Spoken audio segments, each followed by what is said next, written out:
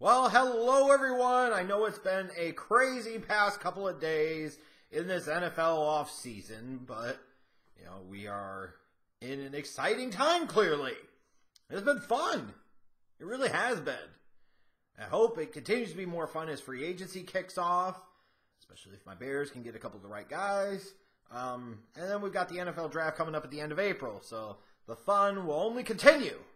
So anyways, it's that time of week for the 5th installment of the 2018 NFL Draft Q&A video series. Let's go ahead and get started. Jackie Rader kicks us off by asking, do you think the Rams will have the best NFL defense next season with the moves that they've made? No. They are going to hope that it's improved, and I believe it will be improved. We'll see if it's going to be significantly improved, but top defense, I don't know about all that.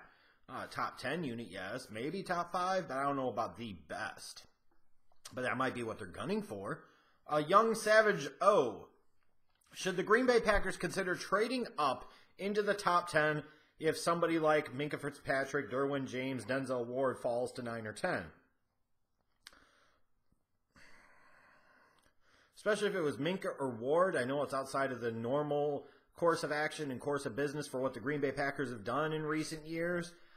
But the truth is that there's a reason that Ted Thompson no longer has his job. Is because ultimately the way that they did things didn't work as well as they had hoped. Yes, they made the playoffs a lot of times. They won a Super Bowl. But the fact is they only made one Super Bowl with, arguably the best quarterback in the game today and Aaron Rodgers as their lead guy. So as a result, they got to find some impact players. So moving up from 14 to, let's say, pick 9 or pick 10 to get somebody like a Minkah or Denzel Ward specifically, is that worth giving up potentially a third-round pick? Maybe. Maybe. So maybe they should consider it instead of staying pat and taking somebody like Harold Landry or trying to trade down. Brino Jorge, have there been any day 3 wide receivers that you've seen that could have success in the NFL? I haven't went deep enough into the wide receivers yet to be able to say, hey, I think this guy's a day 3 sleeper. Hey, this is a guy that I think will go here, could end up playing at this level. When I do, you'll know about it. Daryl O asks, what do you think of Maryland wide receiver DJ Moore? I like him quite a bit. When I started watching him, I was like, I'm wondering why more people aren't calling him a top 3 or top 5 wide receiver in this draft class. So I like him. I like him quite a bit, actually. Similar to what I did Stephon Diggs when he came out of Maryland a few years ago.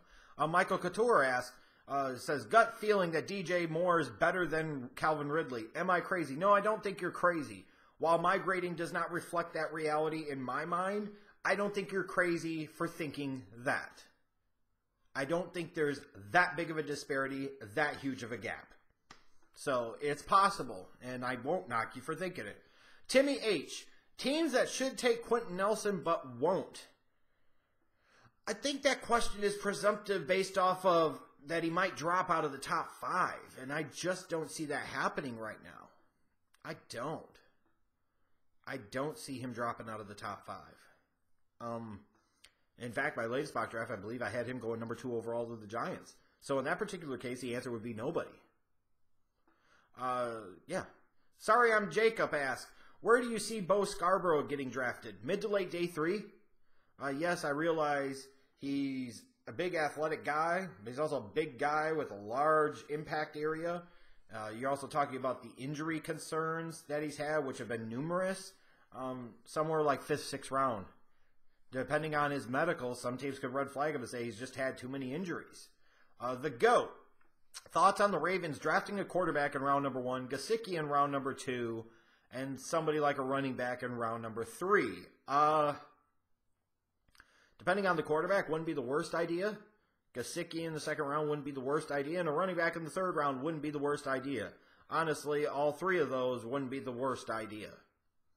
Probably doesn't work out that way, but it wouldn't be the worst idea. The Lionheart 15. Which teams would best fit Shaquem Griffin for a special teams situational role player type of role? Honestly, all 32 teams. If you can't figure out a way to get the most out of Shaquem Griffin, then you have a problem with your team, your coaching staff. I'm sorry. How could you look at that dude and not think that he's going to have some type of success at the NFL level? barring injuries and stuff like that. But you should be able to figure out a way to get a guy like that to play really, really well. That said, when you ask me the most specific teams, I think of a team like the Kansas City Chiefs, especially if Dave Taub is still their special teams coordinator. Why the hell would I not want him working with Dave Taub on the special teams side of things when he may very well be the greatest special teams coordinator in NFL history? That's the number one team that stands out to me, the Kansas City Chiefs. Because you figure if they're willing to take a risk in round 5 a couple of years ago on a guy with some domestic violence history in Tyreek Hill, then why wouldn't they take a risk on a guy with one hand who can really play in a Shaquem Griffin in round 3 or round 4? So that would just be one team I think would be a really, really nice fit for him. But again, all 32 teams could benefit from him. And if they don't think so, they're crazy. Crazy. Rob Lewis. How do this year's top running backs compare to Zeke, Fournette, and Cook, the guys from the past couple of years? Thinking back in terms of my grading between 2016 to 2018, what would it go like? It would be Zeke number 1, Barkley number 2, Dalvin Cook number 3, Fournette 4, and then what was it? McCaffrey, Kamara were right there at the same level, and then Ronald Jones is above McCaffrey and Kamara, then McCaffrey and Kamara, and then Darius Geis. I think that's the order if you go back and look at the past couple of years. But it would be Zeke number 1, Barkley number 2, Cook number 3, Fournette number 4, Jones, McCaffrey, Kamara, Geis. That's what I think it would be. Mark Mazurek. Most overrated, underrated players in this year's NFL draft. Well, I think I've been pretty much on record before saying that I thought Josh Rosen was incredibly, massively overrated. And as a result, I would say on the offensive side of the ball, to me, he's the most overrated player in this draft class. The defensive side of the ball, you could make a strong argument for Marcus Davenport because you could see the upside and you could see the potential, the possibility of what he could be. But the reality is he only wins one way, and at 255 pounds, is he going to be able to win that way consistently in the NFL?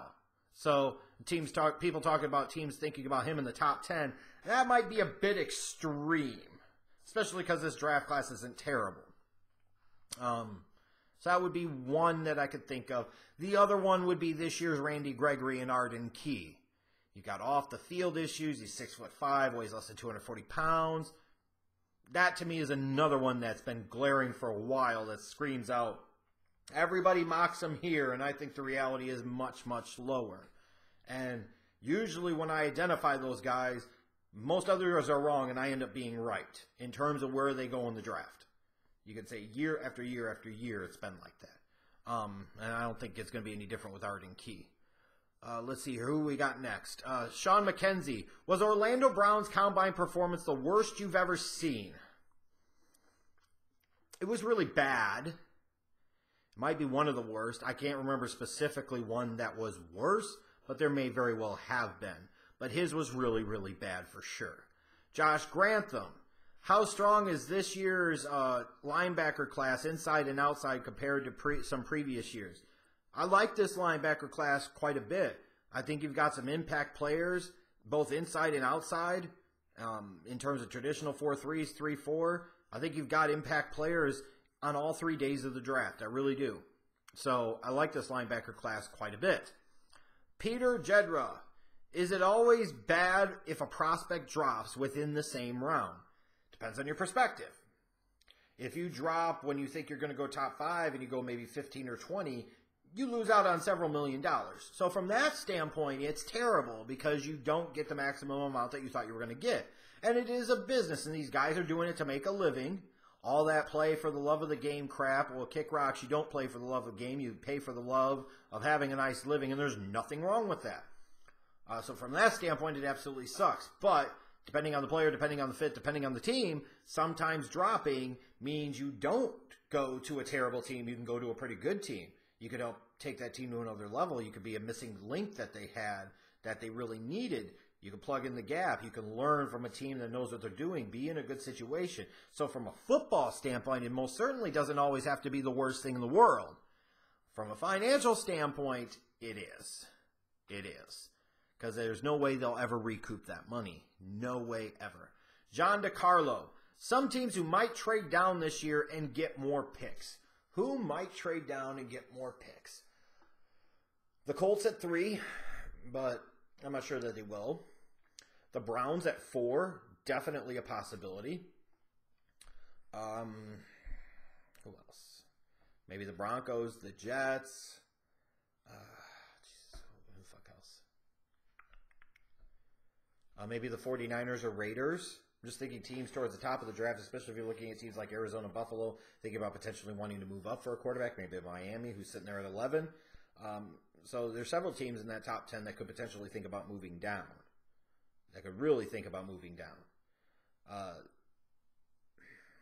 We have to wait and see what plays out with Kirk Cousins, too, because I think if the Jets, for example, if they got Kirk Cousins in free agency, I don't think that's going to happen, but let's say they did, then they would have no need to have to sit there at 6, especially because they'll no longer be in the quarterback market. They might be a team that's very willing to move down. We'll see. Bino Sports. Which player or players from the 1996 draft, wow, we're going way back, 22 years ago as a matter of fact, do you think were underrated and overrated?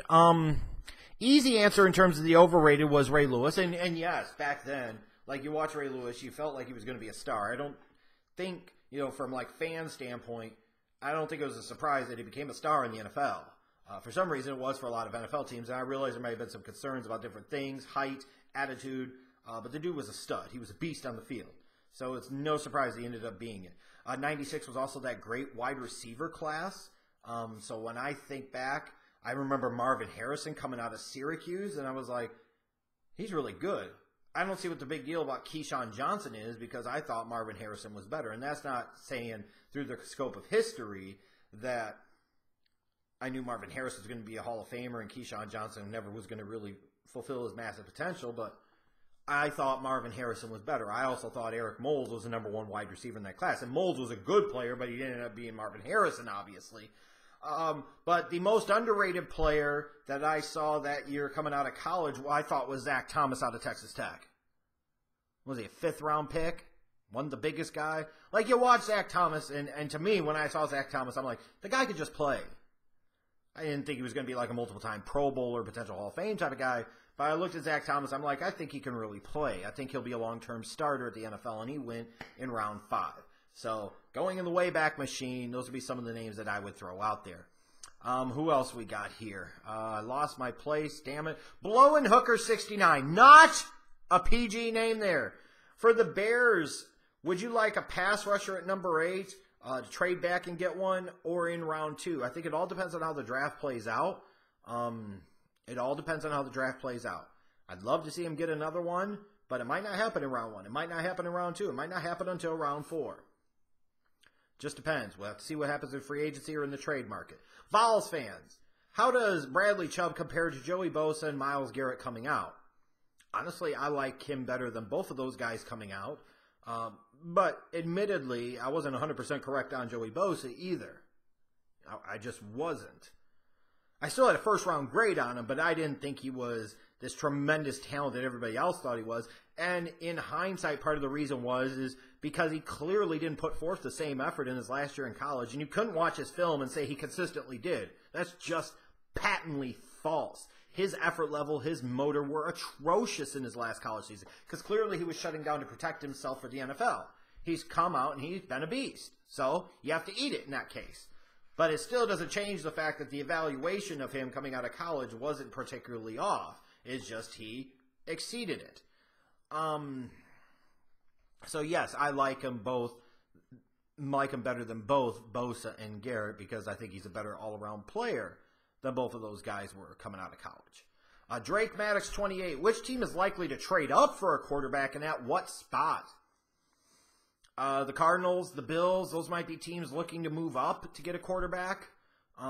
Maybe the Jets or Broncos at 5 and 6, 6 and 5. Maybe they're looking and feeling they might have to go up to number 1 to get a guy.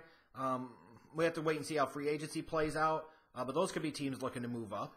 Joey 94. Do you think the Browns trade the number 1 pick on draft day? Not the number 1 pick. There's a very good chance that they trade the number 4 pick because Brown's going to Browns. Now, that could mean they move up to number 2, and that's possible. But it also could mean that they trade back because they want to acquire additional draft pick capital and blah, blah, blah, all this other bullshit. So that is possible. That is possible. But, trading out of the number 1 pick, I don't think so. Chad Ruzich. Could you see Cleveland not drafting a quarterback now, perhaps? No, they're still drafting one. There's a part of me that wonders if they're going to take Barkley at 1, take somebody else at 4 that isn't a quarterback, and then figure out, maybe hope that a Mayfield and or Lamar Jackson falls later in round 1. And maybe then they would get aggressive and try to move back up, get a 3rd first-round pick, and take one of those guys there. To me, that could be a possibility. But right now, they're taking quarterback either number 1 or number 4. That's the way it has to be, I would think. Mick Cracker Honky. Nice name. Have the Bills been loading up to trade up to get a quarterback? Very possible. Very possible. And if they have enough draft pick ammunition, they can make a massive move up the draft board if they really find that guy that they've just got to have. The interesting question would be, who is it and how bad do they want him? And if you're the Buffalo Bills, honestly, for their situation, you should be willing to give up almost your entire draft to go up and get the right quarterback. Because until they get that guy, it's not going to matter. Real JMC 97. The top 5 quarterbacks, if you combine last year and this year's draft classes. If I combine the last 2 draft classes based off of my grading and my grading alone, it would be Josh Allen, Lamar Jackson, Sam Darnold, Patrick Mahomes, Deshaun Kaiser. That would be the top 5. Who else we got here? Oh, Cardin Diego 02 closes us out by asking, how realistic is it for the Steelers to get Leighton Vander Esch, Justin Reed, and Mike Gesicki? I'm assuming you are living in a fantasy world where you think Van Esch is going to be there round 1, and Reed's going to be there that late in round 2, and then Gesicki's going to be there late in round 3. Good luck with that. Let me know how that goes. Hey, it doesn't hurt to dream. I'm not here to kill the dream. I'm just saying it's a dream, all right? But anyways, that wraps up this NFL Draft Q&A. I've enjoyed this one. Make sure you check out all the videos I've done recently on this channel. Lots of talk about the Cleveland Browns, and you know how I love talking about the Cleveland Browns, the skid marks of the NFL, and we know that a lot of you love when I talk about them. So check out all those videos, and stay tuned for more stuff. Yeah!